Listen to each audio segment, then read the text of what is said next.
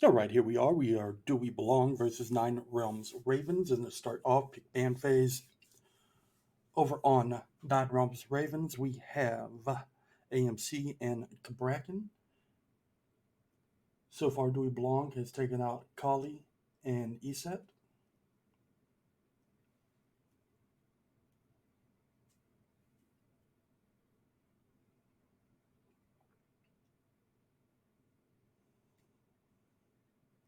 Also taking out a Thanatos, targeting the jungler. Daji over on the Nine Realms Raven. So that's three assassins gone. Pretty heavy on the assassins.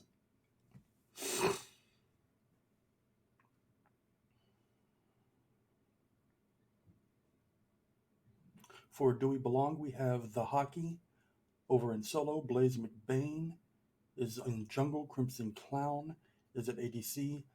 Dolo is running mid, and Kenny Alpha at support.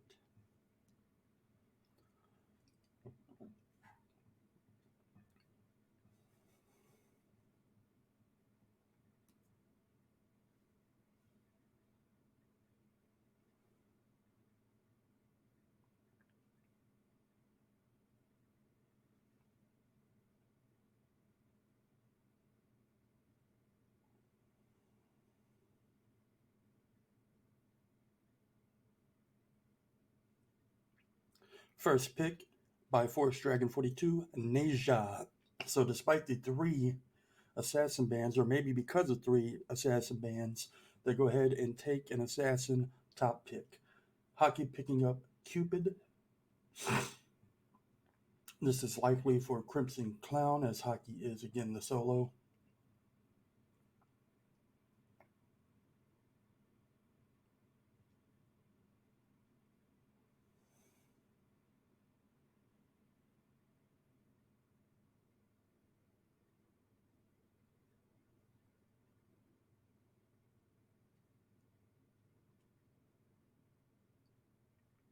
Do We Belong taking some time on the second pick?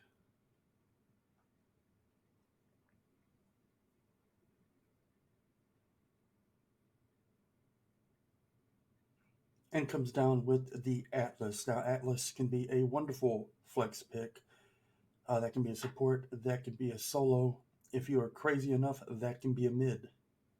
Although mid, definitely not the meta.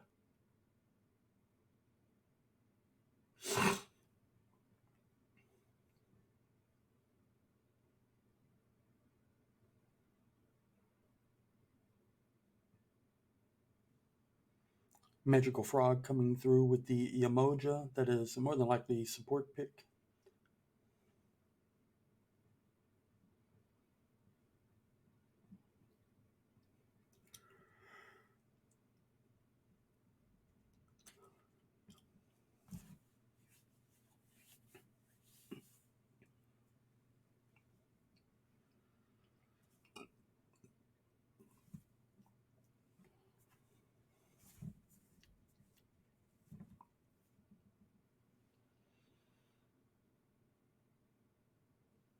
Followed up by I Poseidon taking Hades. Hades is a bit of a flex, can be mid, can be solo. Very strong right now because of the state that Bancroft's Claw is in.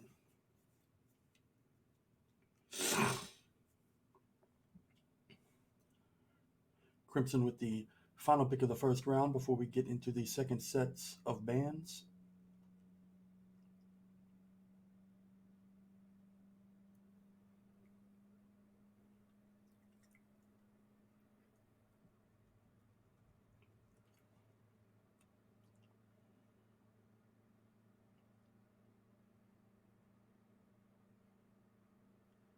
Coming through with a Apollo, we see double hunters, but not locked. Not locked, just hovering. So discussion is still ongoing.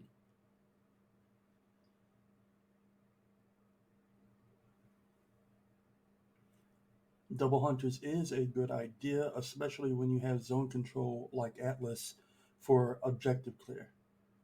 So you just drop Atlas's big old circle down, he keeps popping it while your ADCs tear down, for instance, a tower or a phoenix. but they've switched to Vulcan, and that Vulcan is almost a certainty to be mid.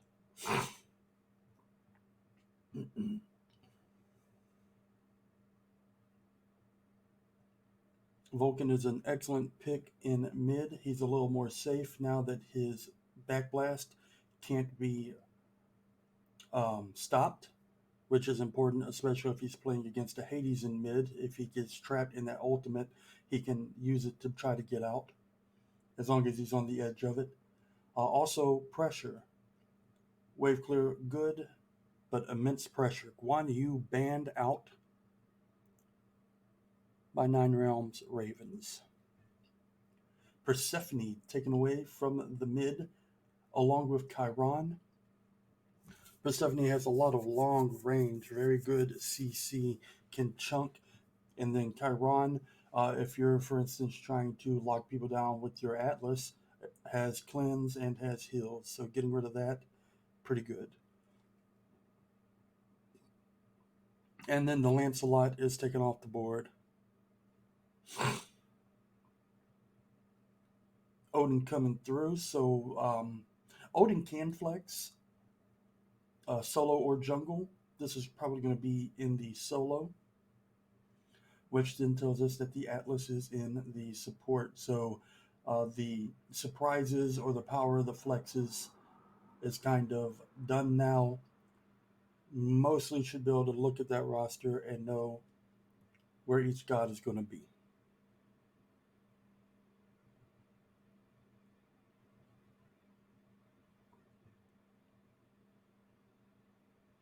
Scylla for the mid, Neath for the ADC, putting Hades in the solo. That was their only real flex contention. Yamoja at support and Neja in the jungle. Now we'll see what Kenny Alpha finishes up with.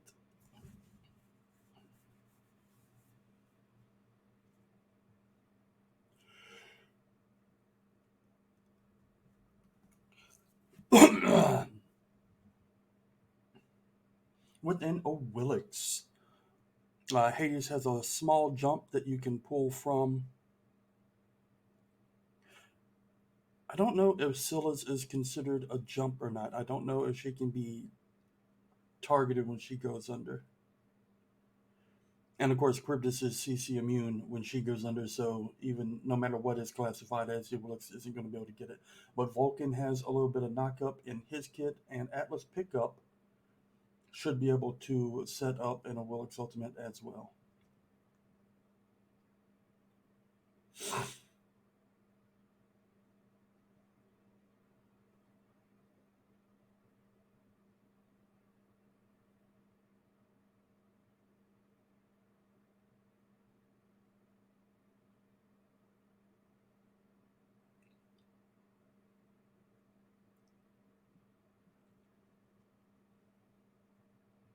And after the trades, we do see Blazing Blaine with the Willix. We do see Dolo with the Vulcan, and we see Kenny with the Atlas. Hockey with the Odin. Crimson with the Cupid. So the flex fixes of Atlas and Odin. Atlas is the support, Odin is the solo. Now we gotta take a little break here, as it's gonna take a while. Or do I? Can I? Yes. Yes. No. I'm an idiot. I can just click button.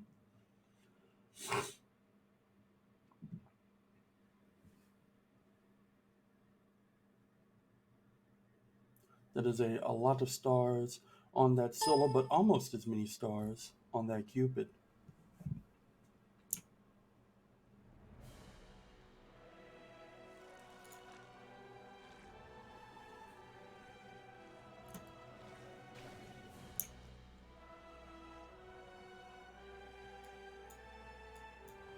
Okay, I can with these. Good.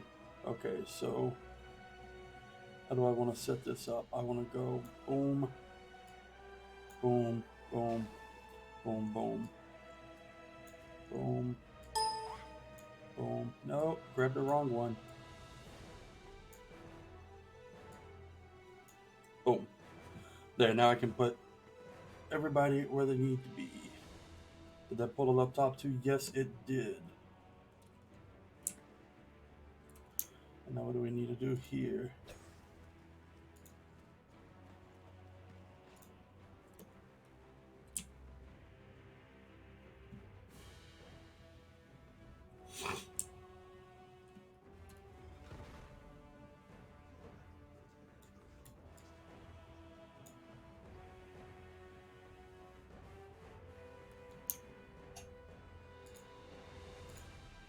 Okay, that's toggle mini map. Yeah, we want to keep that on as well. And unfortunately, I'm on the blue spectate side, so I hate this camera angle, but it is all good.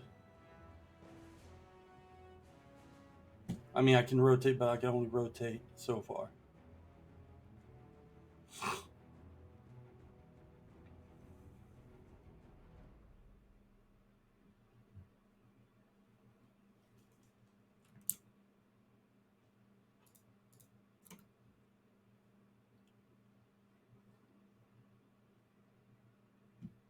Kyle Bugsy, what is up?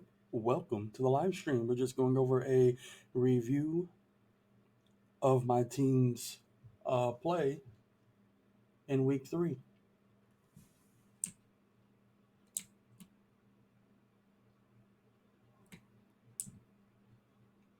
Seems to be a pause in the game because it's not on my end. I just can't think of why there would be a pause this early when everyone is connected and everyone has bought items. There we go. All right, of note, both solo laners have gone with Tainted. Let's see, any other? Okay, the jungles have decided to take different starts. We have the cow versus the, what is that one called? Oh, see, that's why I hate this angle. I really want to get behind this red buff, but I got to be in front of it. But both are sustained builds in the ADC section.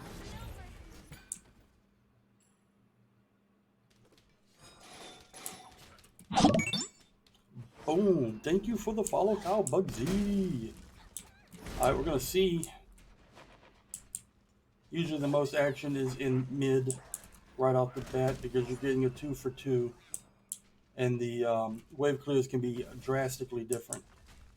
All right, so mid has lost pressure on the first wave.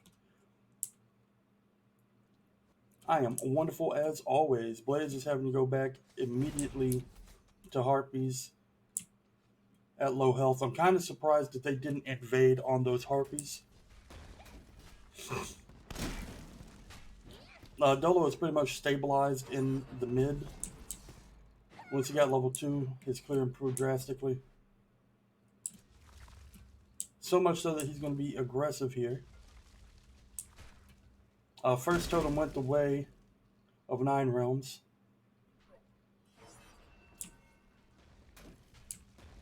Getting that just free turret damage coming out. It's just extra auto attacks basically. And he's already got his straight line.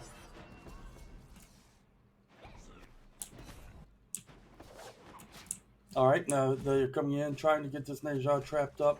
Probably should have body blocked, but getting the dubstep was pretty good. Not going to get a kill, but what we're going to see here is a back for Forest Dragon. Now we get to see what Blaze does with this momentary advantage.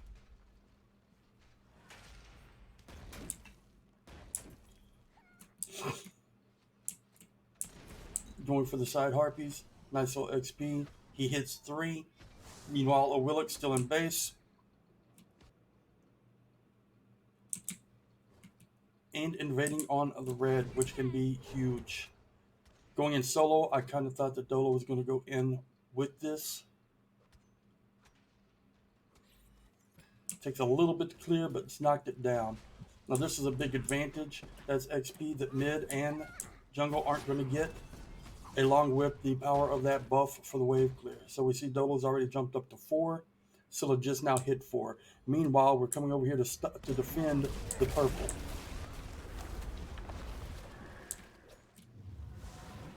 All right, they split them.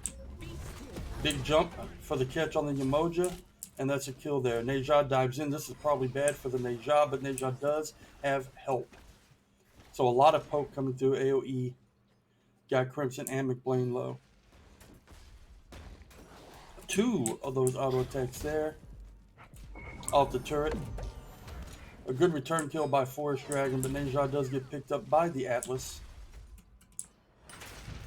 They're not going to be able to get much punish out of it, though. Alright, the thing to see here is that we have a level 5 Odin, first to 5. And we are behind, despite stealing the red buff, on the jungle. So these are interesting. I wouldn't have thought that the jungle would get behind in this situation.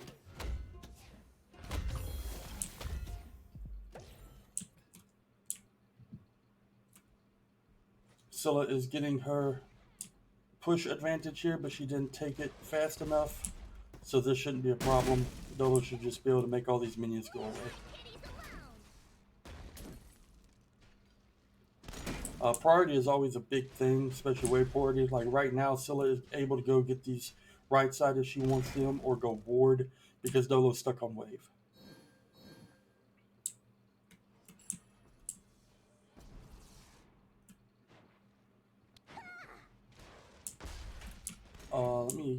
No, okay. It looked like maybe we were going to have something over in the solo. Alright, Dolo using his ultimate to clear wave. Now you might ask why. It's because red is up and he wants that priority to come invade on red. Doesn't get it, but he has 2 people down here that are really low. There's your kill. Oh, D&D character. What edition you playing? I myself started playing back in 2nd edition, and 3.5 will forever be my favorite. So after Dolo gets a kill off the red invade, he doesn't get the red. He gets a kill, and he comes and he applies more pressure over in this duo lane. These are all things that we like. Meanwhile, our jungle is being able to farm while their jungle is having to run back out of base. This is important because our jungle was behind. Oh, wait. Are they getting frisky over here? There's been a big ult.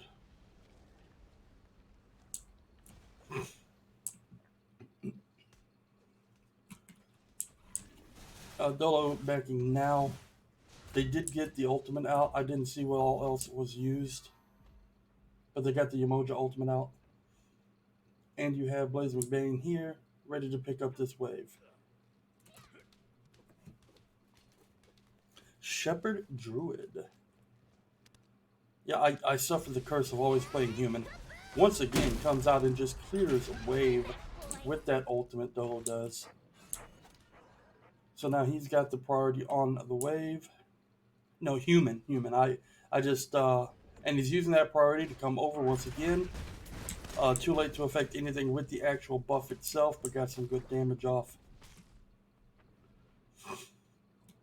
I just love the extra skill points that humans tend to get. I haven't kept up with the additions, they might not get that anymore, and the extra feat at first level.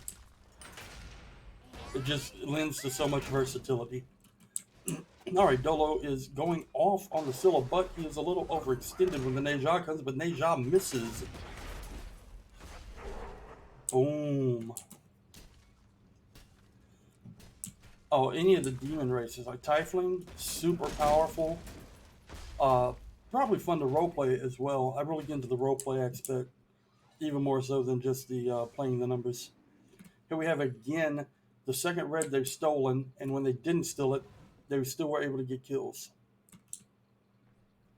So a lot of control through mid and jungle on this side to deny the Scylla red.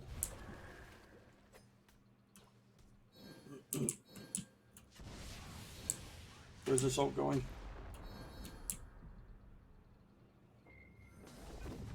Alright, Ninja does get on top of Dolo. Dolo backblast right into the Cryptus. Easy kill on the Ninja.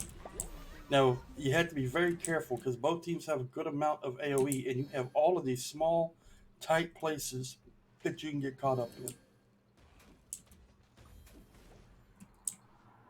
Alright, Kyle, have a good one, man. Boom.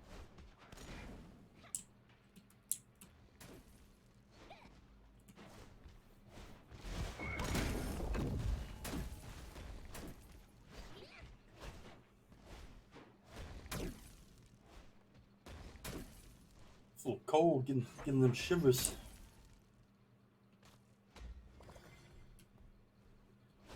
That's why I like to see. Grab some cups there. I fought for the XP Harpies. Did what good. Alright, Dola's red's almost up, and then shortly after that will be Scylla's red. There's been a lot of play around red, so we're going to see what happens. They did secure both side Harpies this time, though. They're trying to utilize their priority while they can.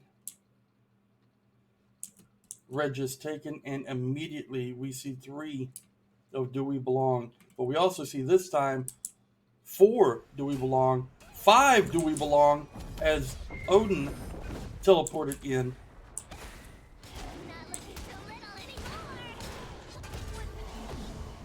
A big cage coming down. I'm a monster. Didn't really do anything there. That was a huge 4-person ult by the Cryptus, but the Cryptus still dies to the back blast. I believe it's to the back blast. Alright, meanwhile they are picking up that red.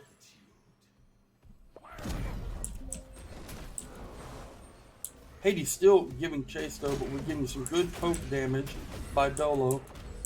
Here comes the Willix. Okay, that's your ult. Oh, killed him right before Blaze. One more tick and Blaze McLean dies there.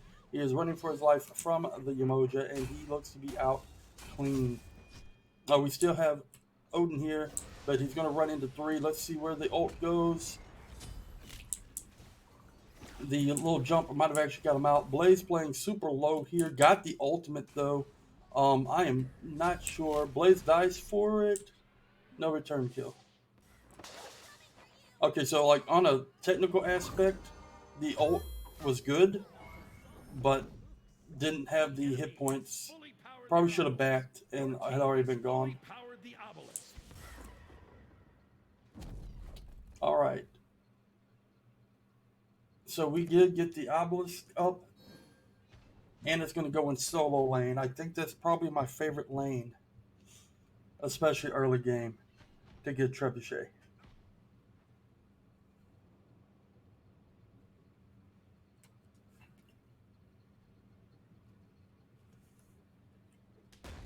We have a 2,400 and something gold lead, a 5-kill advantage, but no towers have been brought down. Once again, Dolo very liberal with his ultimate, clearing the way so that he can just go right to his red.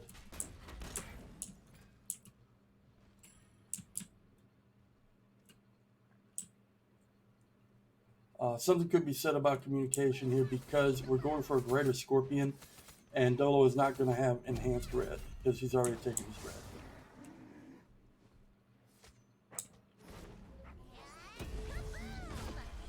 Alright, a little bit of a tower dive going on here, but it's probably just trying to zone her back to get more damage on the tower. Blaze gets the ultimate, forces the bees, gets caught by the Neja. Meanwhile, once again, like clockwork, on their red. It's hard to pass up the ultimate, and he got the beads, and he got the ult out of the Scylla, and they did get the red. But it's a question there of a death that didn't have to happen. And now Dolo dies. Doesn't have his jungle to help support because jungle dies. Kenny dies. So again, beads down, ult down for Scylla. Red successfully stolen. But team priority just went out the window with those 2 deaths. 9 Realms Raven over on the Pyromancer. Aki's going to have the time. No, he said forget timing. So his idea was instead of going for the steal, I'm going to get on the person I can kill, get the dash out, and we are going to get the kill. Now the double kill, Forest Dragon down. Excellent stun by the Yamoja, but it's not enough to save Poseidon, as Haki now has a triple kill, and he is looking like big boy is big.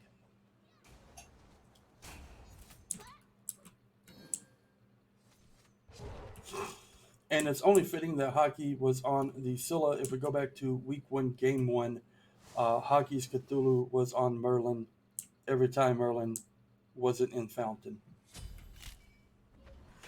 So now we drove them off the Pyromancer. Remember, the reason they had priority on Pyromancer was because Blaze McBain, while getting beads and getting ultimate out of Scylla, died in mid behind tower. And that gave them priority on Pyromancer. However, DoWeBelong, Hockey making an individual effort to go after the Scylla. Team had to drop the Pyromancer to go help save the Scylla, which didn't work. Triple kill, and they get the Pyromancer anyways.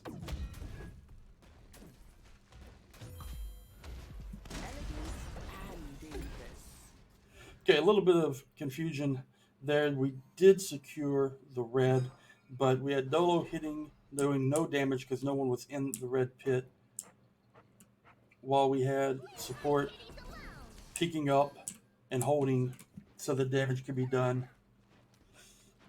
Just a little,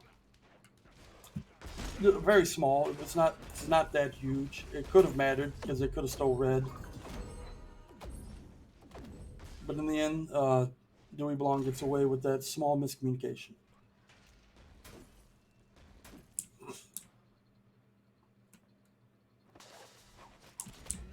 Force Dragon with the engage. Red already secured. That's going down super quick these days. He started the dash and then pulled off. Ult hits nothing.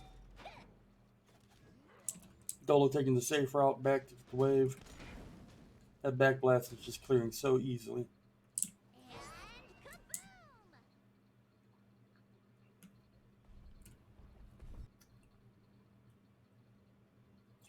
Alright, so it's now crept up to a 4,800 gold lead.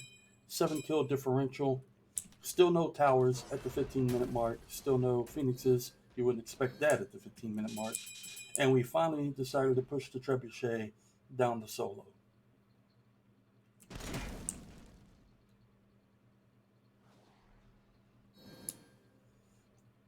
Alright, so we seem to have 9 Realms really worried about their red. The red's, it's kind of close to being up now.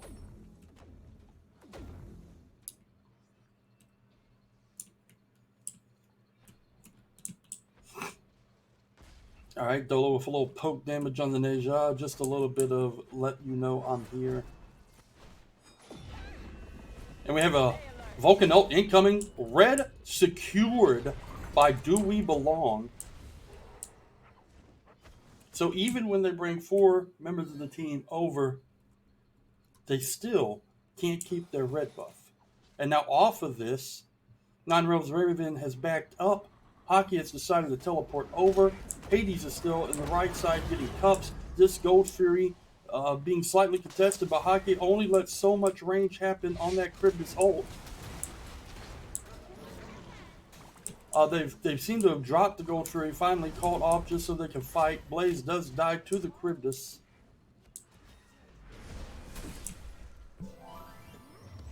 That's a dash in. Is Cupid going to get him?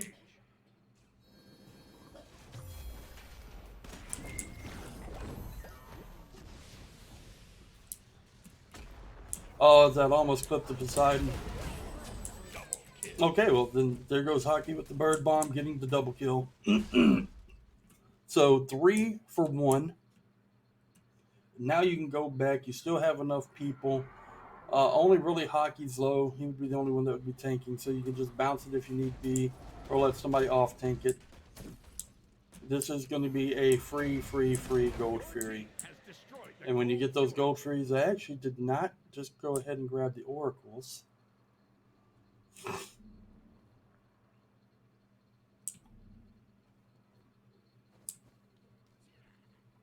Alright, well, uncharacteristic to DoWeBelong, who has played slowly, painfully slowly throughout the season. This game they've been playing very up-tempo, very fast. So we're seeing that we have a lot of people rushing down this side. Now we see why they didn't get the Oracles. They didn't want to take a couple of seconds on the oracles that could be spent maneuvering towards this fire giant, which is already like 45% gone. Hades and Neja are looking to respond. Hades goes in, but Hades can't heal. Fire giant down, Hades down, Neja being chased.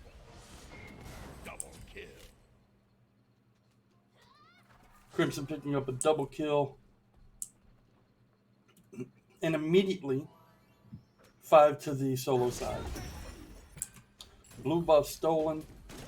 Not sure how important that is to Hades at this point in the game, but it's just the fact of taking something off the board while we still get the tower. Hockey leading the charge for the T2. Uses a shield to be able to take a couple extra tower shots without it going into the hit points. Then backs out when the archers get there. Alright, well, at 15 minutes, there were no towers down.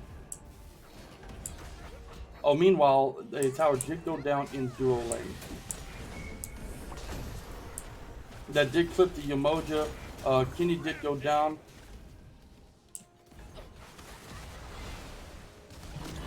Three ults actually used there on the Hockey. So a lot of things used. Umoja ult, Neja ult, Cribdus ult, all of those targeting Hockey. Okay. Hades just getting chunked. So they decide to chase. DoWeBelong with an excellent job of kiting out. Yeah, Blaze coming around on the flank.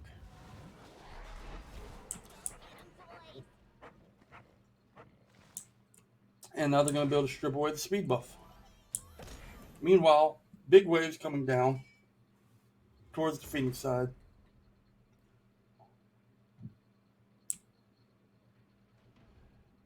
Doing the standard stripping of farm on your way out.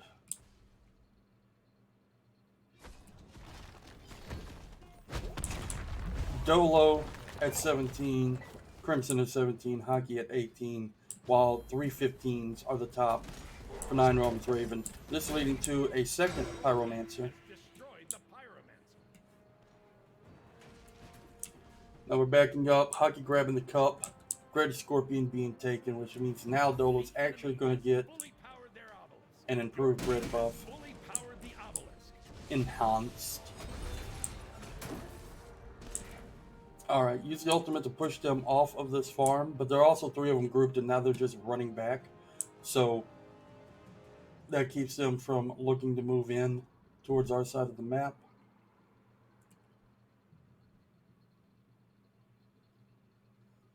Plus, if they had stayed on it, they would have took damage and had the camp stolen.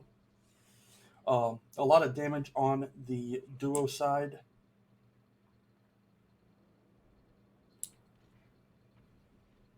And we do see Hockey coming out to push this wave. Of course, the enhanced red and enhanced purple are being picked up real quick. It does look like it's going to be a 5-man push. We're going to play the other side. Wait, suddenly people pulling off. Is this zoning? I mean, you almost have to. You have everybody here. We are definitely taking tower. Here goes the charge. Crimson just tanks in himself because look, he's already got all the health back. Meanwhile, Hockey's here. The zone. That's the next tower down. Hades is split pushing, and he will get the T1 in solo. I'm not sure. Oh, big ult to pull in the Umoja. Hockey with the cage. Fields of Love goes down. Neja pulls him up into the air. Hockey is low, but Blaze is like, haha, let me pick up an easy kill when you land there, Neja. Okay, that's a lot of deaths in a quick amount of time. And when you look at that, because of Cup's advantage, we have a Trebuchet barreling down. Now, remember the first one was in the solo lane. This one coming down duo. People are kind of low here, and we don't have the minions in.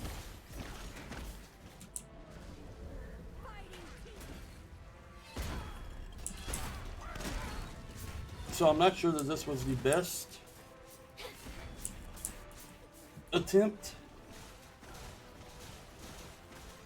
Also didn't get the trebuchet in to get any shots on the Titan.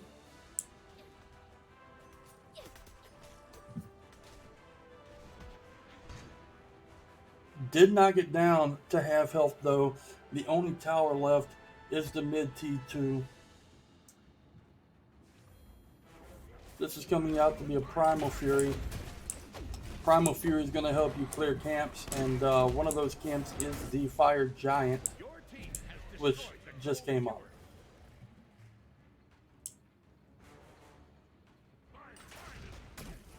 So I like how the Gold Fury objective is leading directly to an improved secure on the big objective. Although we do have bags coming in here. Wards have been put out. Hockey is zoning, keeping an eye out. This should be it. For a couple of reasons. DoWeBelong should want to take this Fire Giant, rush down mid, take that final tower so that Titan has less hit points, and possibly say, okay, Phoenix and win, we'll just do it with 2 Phoenixes. Meanwhile, if you're Nine Realms Raven, you have to be thinking that the only way that you win this game is to win this fight. Because right now you're sitting on 11k down, 13 deaths down, and you're looking for that way back in. However, this also works in DoWeBelong's favor because, as you see, Neja has to be back to clear those left side minions. So if she were here for the fight, they would have a better chance of the fight, but now you may lose because already at half health. Meanwhile, Hades is just getting blown up. So they had to respond with less than 5 people to the Fire Giant. Hades goes down. That is ultimate for Cryptus. That is Aegis for Cryptus. 2 people off the map.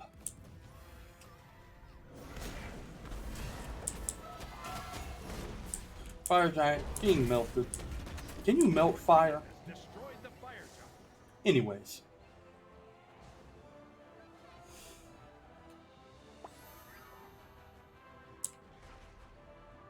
Alright, Blaze is out looking for any individual pick that he can find.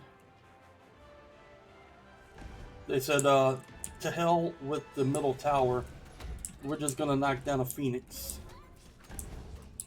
And that does make a lot of sense. I did say probably go for the T2 first. But now you have 2 waves of Phoenix minions coming in at some point.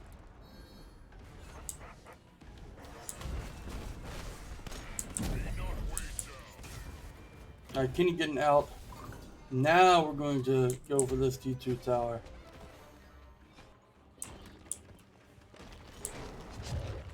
Yeah, I think this is actually the right call there. Is you would rather have the Phoenix benefit.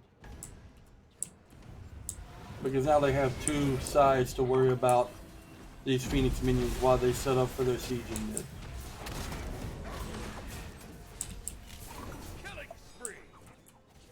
Everyone survived for DoWeBelong on that Hades ultimate. It looks like everyone survives, period.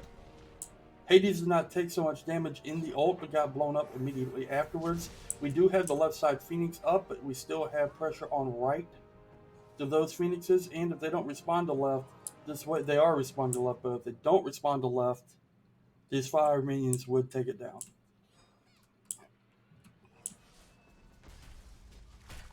Which allows us to come right back and say, hey guys, only some of us back. We're still here. Neja dove in on Crimson, but Crimson, instead of trying to fight, tried to stay on the Phoenix. That was probably the good call. Just wasn't enough to knock it down. Dolo is caught by Neja, does get the knock up, and he is running. Oh, he's had to pull back. He's fighting. It did buy time. There are 2 people low, so Neja is going to be traded out for that. Double kill. Killing spree. Shut down. But then Crimson does go down. Now, yeah, some less than clean play, but we're still sieging a bird over here on the left side. Blaze finally pulls back. Probably smart with the Poseidon showing up. Alright, so 2 Phoenixes has regen, but both are very low. I see multiple pings here, so gold not up yet, but pings on gold. A little mid vision from the oracles, but that's more just about collecting some gold because right now there should be no way Nine Realms Raven even gets to midfield. They've got to stay back and defend. Blazing McBain picking up a little extra damage with the interceptor. And he is there on gold, and it's an Oni Fury. That is the one that you want when what you want is wave pressure. So we still see the Fire Giant ring, at least on Blaze, because he hasn't died on Kenny as well. So you see the Fire Giant ring, so you still have fire waves. One Phoenix down, so that lane has waves. And now Oni minions coming in. That is a lot of natural wave pressure. Like, really, the only thing Hades getting caught out here, ultimate use, so Hades can't heal inside of the Odin ult.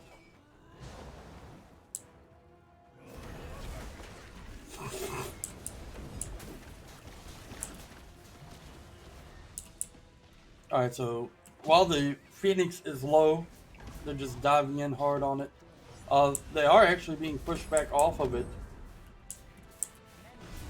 That's a pretty good siege defense there.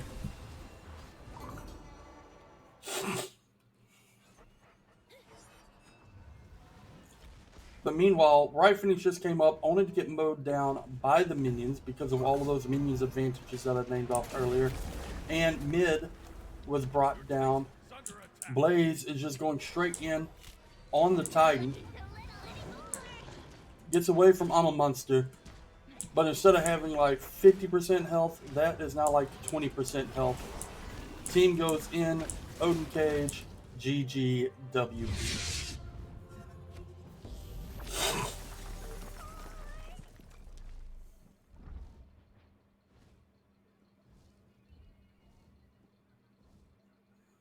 All right, looking at this, we have a 10-1-13 Cupid. Now, at the early game, probably wouldn't have thought that the Cupid is going to end up with the leading kills because you got a wonderful triple kill off by an Odin, and you had a Vulcan that was picking up a good amount of kills on rotations. Yet, there you have it, 10-1-13. You also look up top, and you can see this is partially a draft diff because Hades is super strong. Don't think there's anything necessarily wrong with the Hades build. Yet we have a 0, 8, and 5 Hades. No impact through the Hades. And also the Scylla, only 2 kills. You're looking with the Scylla. You got I'm a Monster. You got Crush. Big AoE. She should be definitely changing team fights with her ultimates. And you, Scylla is one of those guys that you kind of expect if you have a Scylla on your team, that's going to be a high kill count. Let's see, player damage.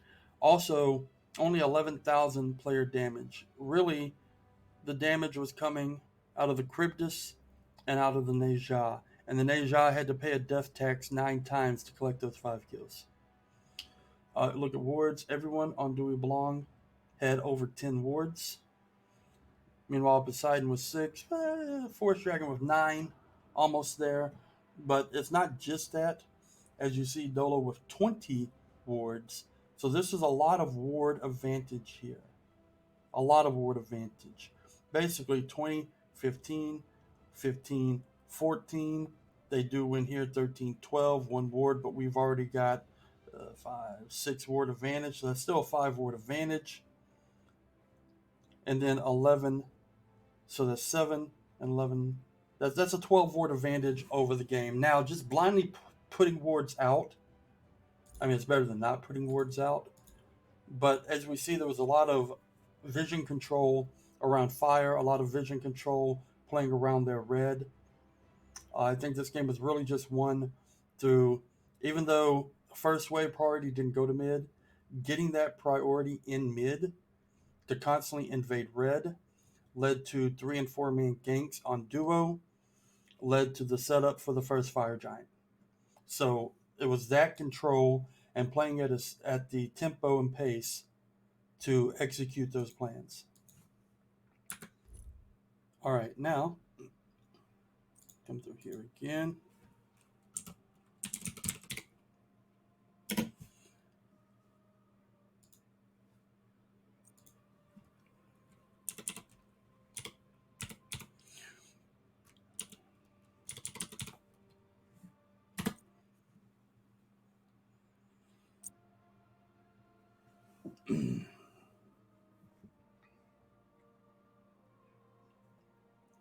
All right, this is on to game two, week three, game two of the Do We Belong versus Nine Realms Raven.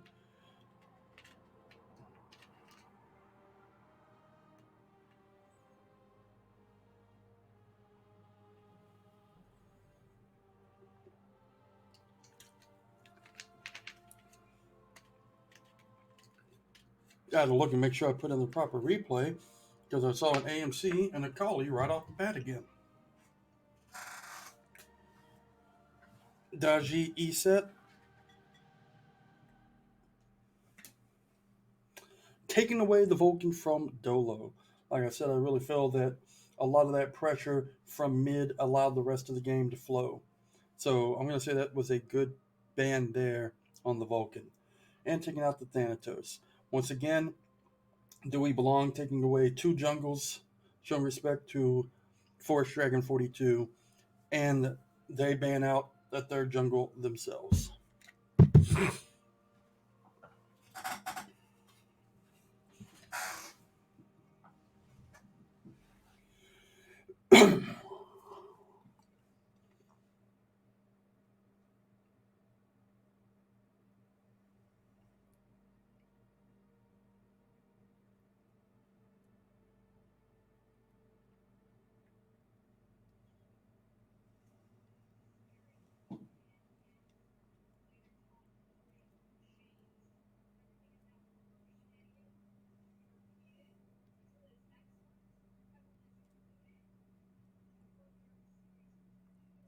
Ooh, need my heater to kick it up some. It's still a little bit cold in here.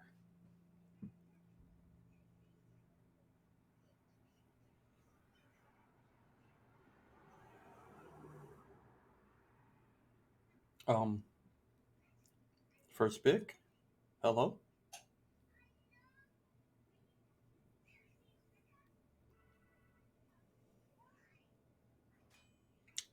Coming through on a again uh, top two in damage for their team. Neja. Neja did make some plays.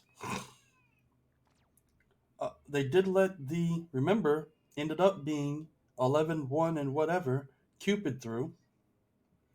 So kind of interesting that they didn't invest a ban on Crimson Clown's Cupid. I mean, I guess you could argue that the Vulcan was what everything rotated around, but like late game, in the end, Cupid going to do that damage. And Fields of Love is tough to play around.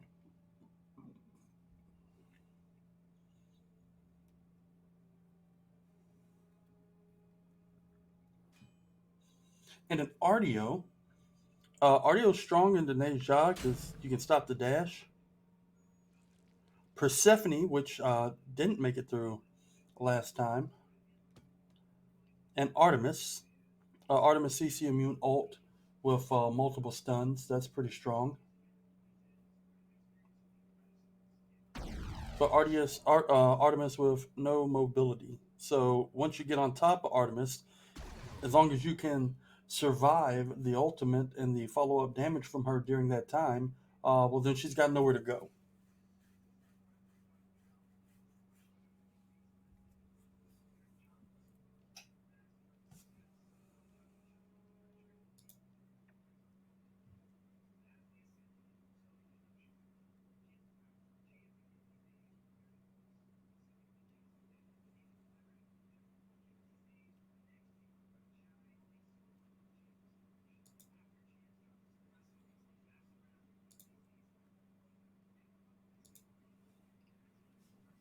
Coming through with the Ratatosker. Love Ratatosker. But then again, I am an arena pro, so I just build full tank Ratatoskr and have a lot of fun.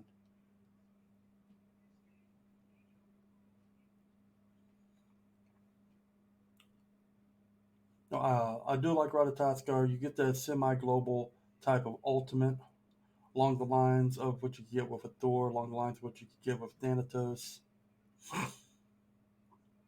And then I believe that allows you to switch lanes quickly to be able to put pressure where it's needed.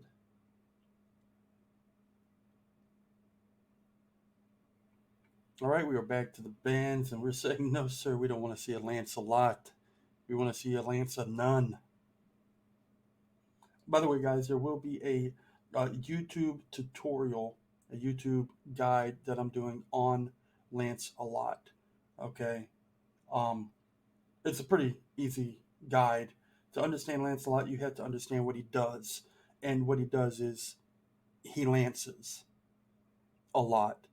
All right, Young, we got Yu Huang on the band and the Ganesh on the band. So we have one final band. Let's see, do they take away the Atlas? It seemed to be a little bit problematic last game. Do they take away the Odin? Yes, they take away the Odin right there. I was about to say that was a death sentence for the Hades once we got into team fights.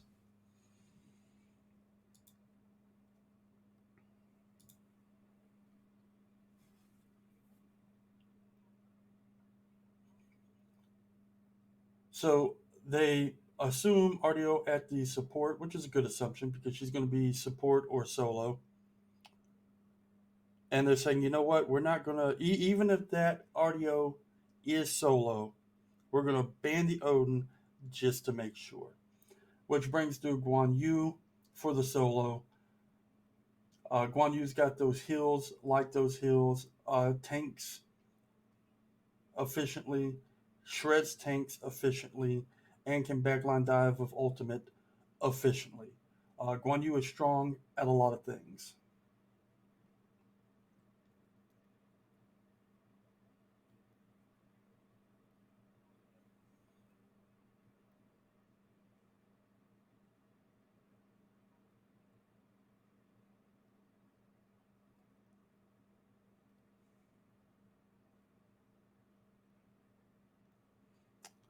Coming through with the pick that we all love, Khepri. And then the King Arthur. Now, King Arthur has mobility and mobility that can be CC immune. Basically, King Arthur is stupid. And we have a Nox looking like that. Nox is going to be mid because the other thing it would flex to would be um, solo, but there's a Guan Yu there and potentially support, but there's an Artio there. So you're pretty much going to be in mid with this Nox. We're going to have to see how Guan Yu does. Excuse me very much there. Into a King Arthur.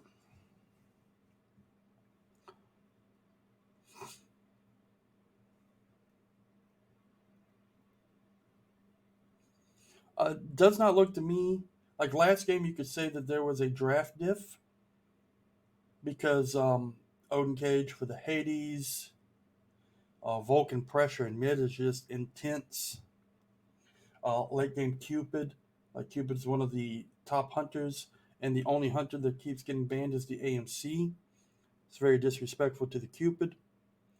Um, so we don't have those like, yo, this is an automatic loss to this lane, or this guy is rendered effectively useless in a team fight because of this. Um, what we do have is a lot of lockdown, Artio stun, Artio cripple, Nox tether, Nox silence, Cupid heart bomb, little less, because you got to make sure you have the heart stack. Ratatoskr has a knock up on his ult, and then he's got the stun and Guan Yu Horsey. At the same time, on the other side, you have the Khepri pull, you have the Artemis trap, you have the Artemis ult, you have a King Arthur ult, Persephone ult, Neja ult, and Neja sash. So we have a lot of individual CC over here, but the big area CC they have is between the Artemis ult and probably even more effective the Persephone ult. So both teams have stuff that you absolutely have to play around. Both are really set up nicely to fight in the jungle. All right. Okay, so we already saw the 8 stars on the Cupid. Once again, mid just everybody they play, they have a lot of stars on.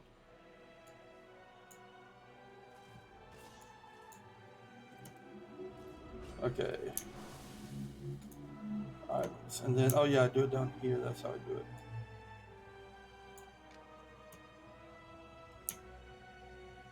Yeah, why is this? Can I do it from here? No, I can't do it from here. What has happened? Okay, it still let me reach up there and do it.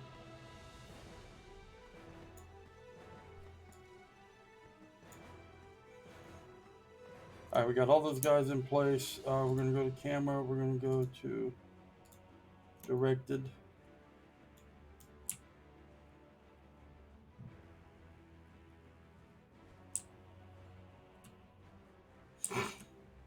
Alright, Guan Yu running out with that Warrior's Axe versus the King Arthur and that Blue Stone.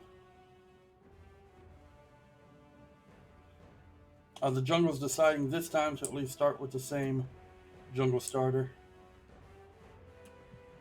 Both mids with hourglasses. The same difference once again with Crimson deciding to go with the cloak. And now both supports are lining up with the same item. Pretty much with the standard item.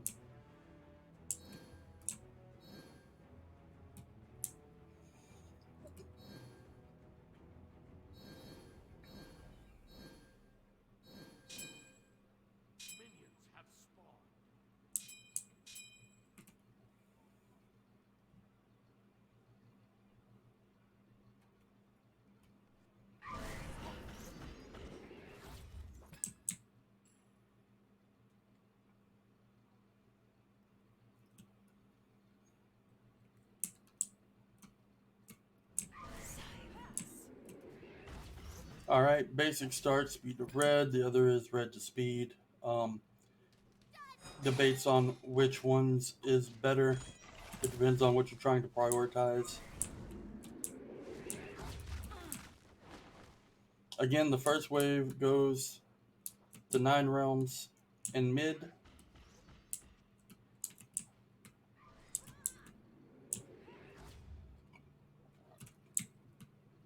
Neja has the priority, has already cleared the triples while now going for the double.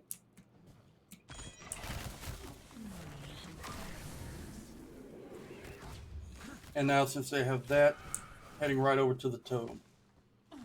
We don't like giving up the totem. I do like the totem. Actually, they dropped to try to get more pressure on the Guan. But in doing so, yes, the Guan's a little low, but guess what? The Guan gets heals. Okay, this is bad. Nope, this is bad. There was a window there. And that's 2 quick deaths. So there was a window there for a play to be made. That could... Oh. And now we break out, and King Alpha goes down on the other side. So quickly down, 3 to none. Good tether to buy the distance needed. And then look at that. Still throw out the silence to help try to start this wave clear. So despite being hit by the sash, Dolo remaining calm and still focusing on that wave clear. Meanwhile, they're using this priority to pull off the left harpies. And right now, everything should be looking pretty bad because it's level 3s across the board on one side, while we have 3 people still stuck on level 2 over here on DoWeBelong. But one thing that has to be noted about DoWeBelong, 0-10 last season, didn't win a single game in any of the 10 matches. But one thing was that it was always Not always. A lot of times games drug out much longer than they should have because just no quit. No quit in this team. Overcomes a lot of adversity. And they're going to have to this game because they are down at 3 minutes, 3-0. All right, big combination there by Dolo to try to demonstrate some superiority in mid. So Magical Frog only has half the mana and about 25% of the health.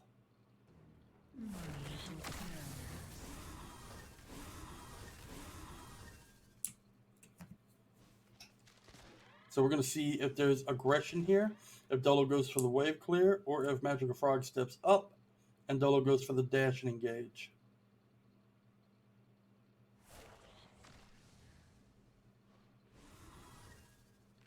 Dolo just hit 5. There's the dash. We got the silence. We got the tether. We got the beads out. We're going to ult that booty. 1 auto, 2 auto. Done, son. So already prying back some of the lead. Dolo first to 5. No, King Arthur might have beat him to 5. But considering that disadvantage that we were at in levels, first to 6 though.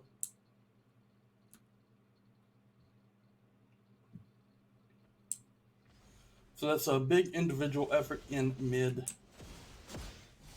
It does look like Poseidon is going to grab the totem. So small advantage there. But that, you get 5 of those in a game, and it becomes significant. You grab like 10 of those in the game, it becomes like a concern. Why did we let this happen so many times? Okay, good job on dodging the sash. Jungle has caught up to their jungle. So that's good. We are not getting the priority on the red that we were last game. We do pick up, no, they do pick up the interceptor. That can be a pretty big deal in the dual lane.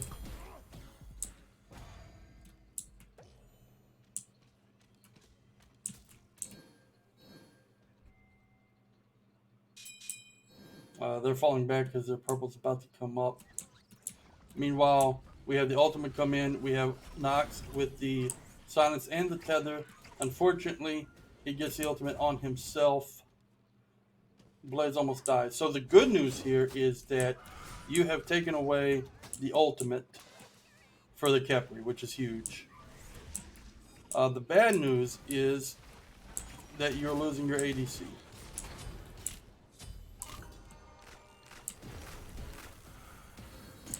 Dolo buying himself some time, but he's having to go the other direction. He is kind of boxed in here. Some good jukes here. He just doesn't have the mana to hit another tether. All right, well, 6 minutes, you're down 6 kills to 1. And the guy that you had a kill with is also dead. We're going to see if Dolo had enough money when he died to upgrade the item. Meanwhile, there's an invade here on the purple, as there should be when you have this kind of advantage.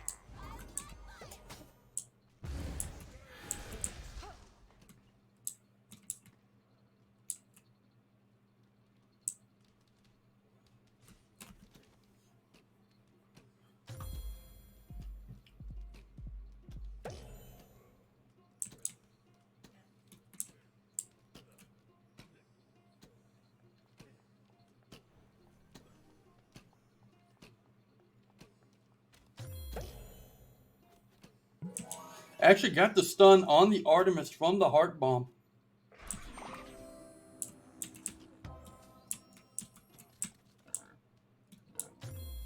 Oh, misses the Heart Bomb. But hey, right there, this is what your jungle's for. To make sure that when you did 90% of the damage, they can get a kill. Excellent job by Blaze. Also, good job by Crimson there. Yeah, a better job, and he could have got the kill solo himself. But he's having to maneuver around the minions that are still alive, so that's making it difficult for him to finish that kill properly. In fact, it can be argued that Artemis should have stayed in the minion wave instead of trying to run out through the jungle. And she might have actually been able to kill him there. So not dying there, especially when you're already down 6-1, not dying there and getting a kill on the ADC as a team, huge and huge. Now we have a lot of people over here, and they have a lot of people in right/mid. Okay, we're going in for a cup invade. I like.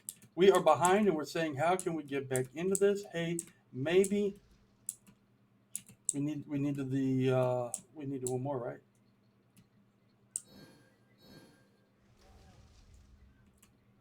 Okay, I kind of feel like we should have stuck there for the second.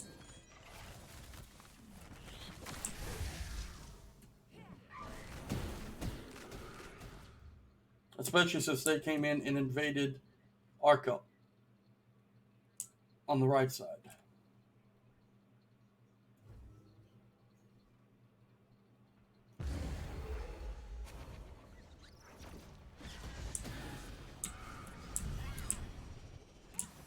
Alright, once again, Kepris are problematic. That revive is fucking ridiculously huge.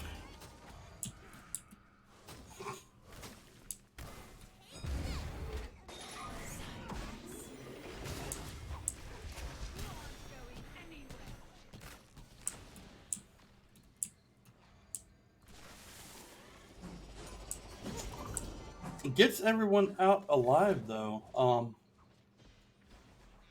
And our solo is here, so he's not really going to lose wave priority. We are going to lose another totem.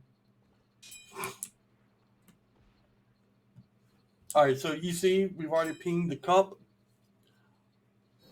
So we are aware that we were one cup away. We do run by it for the gank attempt. I didn't get there in time, but a nice clean kill. And there goes Kenny picking up the cup. The enemy has fully powered their obelisk. Your team has fully powered the obelisk. Alright, Guan Yu pushing wave. While King Arthur is grabbing blue. It's not really going to get under tower. It's not that big. He'll be able to skewer his own blue as well. So it looks like solo lane is stabilizing. Once again, we're putting multiple bodies over here on left. Persephone is backing, so we have body advantage. Cotter coming around the corner with the silence and the tether. Okay, the stun also very helpful, but Blaze dies and out goes the Neja. Dolo dies to the Artemis. So we had the perfect setup, the perfect initiation. They walked around the corner blindly right into a silence tether, and yet we lose the fight. We got to figure out how to clean that up. That is not what should happen there ever. Especially since Neja didn't have beads. Like if Neja beats that, ults our guy, makes a great play. No, Neja sat there, ate all the damage.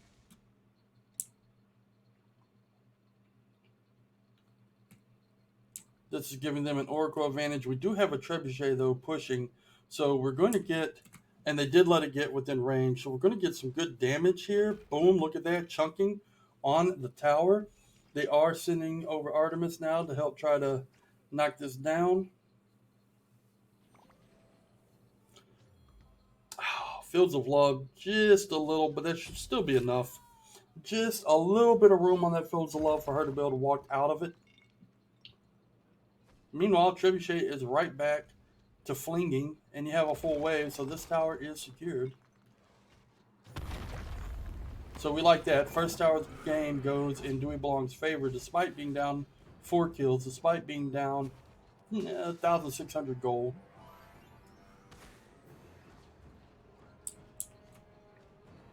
Alright, so we got a good tether that was beads. Neja got a good dash out of it. Miss there, though. Okay, one auto attack missed by Crimson that might have landed before the Kepri ult.